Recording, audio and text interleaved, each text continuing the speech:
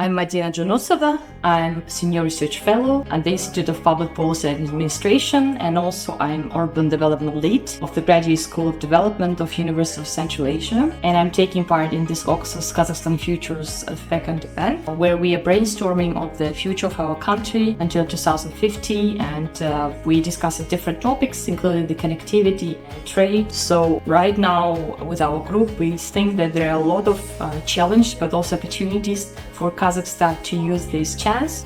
Due to these Western sanctions against Russia and Russian war, actually Kazakhstan and other Central Asians are looking for alternative roads, and they have to do something to improve the connectivity inside the country and also on the regional level. And Kazakhstan should work on the increasing quality of the transport infrastructure, capacity of the transport, multimodality, and also trying to develop not only cargo infrastructure for transportation but also passenger transport, and do something to improve the regional infrastructure so that it decreases the cost of transport included in the products, because now the prices for food is increasing and the people it's become unaffordable for people. It actually creates this challenge of food insecurity.